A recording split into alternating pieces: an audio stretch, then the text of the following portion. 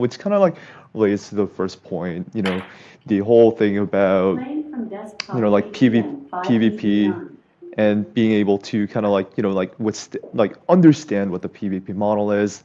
Just wondering if you have any insights into more of the, like I know a lot of people in poker talk about game theory constantly. And like if you ask people in poker, it's like, hey, like, what's your experience with game theory? And they're like, we have this, we have this, we have this, right? Also, probability wise, right? Like you always are kind of like betting and risking and hedging against the probability.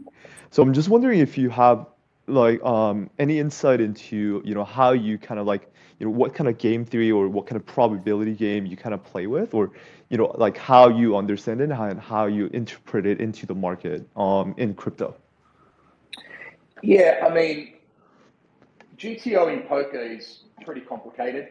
Um, and for those that don't know, that just means that for every situation, there is a game theory optimal play that a Mm. person can make that yields the highest EV, the highest expected value.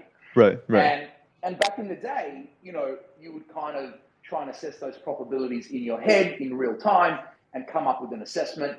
Over the last decade or so, those decisions have been put into AIs that will run those calculations for you and give you a result.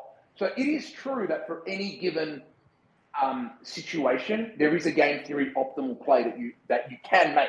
Now, that doesn't necessarily mean the game is solved, Mm. because if you're playing another human, or even if you're playing a computer, um, you can take certain lines that confuses the shit out of the other human or the other computer. In that, if you do something you're not supposed to do, that throws the whole decision tree out of whack. So if you just think about that in poker, where there is a very, there is a limited amount of permutations of a particular decision. It's a Hmm. lot. There are a lot of permutations, but it's limited, right? There is a finite amount. And then you try and apply that to the financial markets.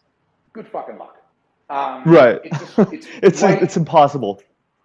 yeah. I mean, it's not something that I'm any good at in terms of the financial markets. There are way too many variables to try and play, GTO in the markets. I mean, I don't know what the market makers do, and the high frequency traders.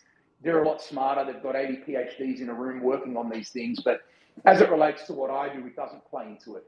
And maybe I'm a little biased, or maybe I'm not up to date with with all of that. But none of the traders that I know that work at big hedge funds kind of think that way. It's all about Mm. trying to predict price movements, not try to predict a particular you know um, outcome. Win or lose that hand, right? A trade can run for years, and so it's not the right construct as far as I'm concerned. But I'm not a mathematical genius, and some people are, and they're free to trade that way. But yeah, I don't think there's very many comparisons there between trading and poker in terms of GTO. Got it, got it. No, that actually helps a lot, like in terms of like, having that, I guess, like baseline as well.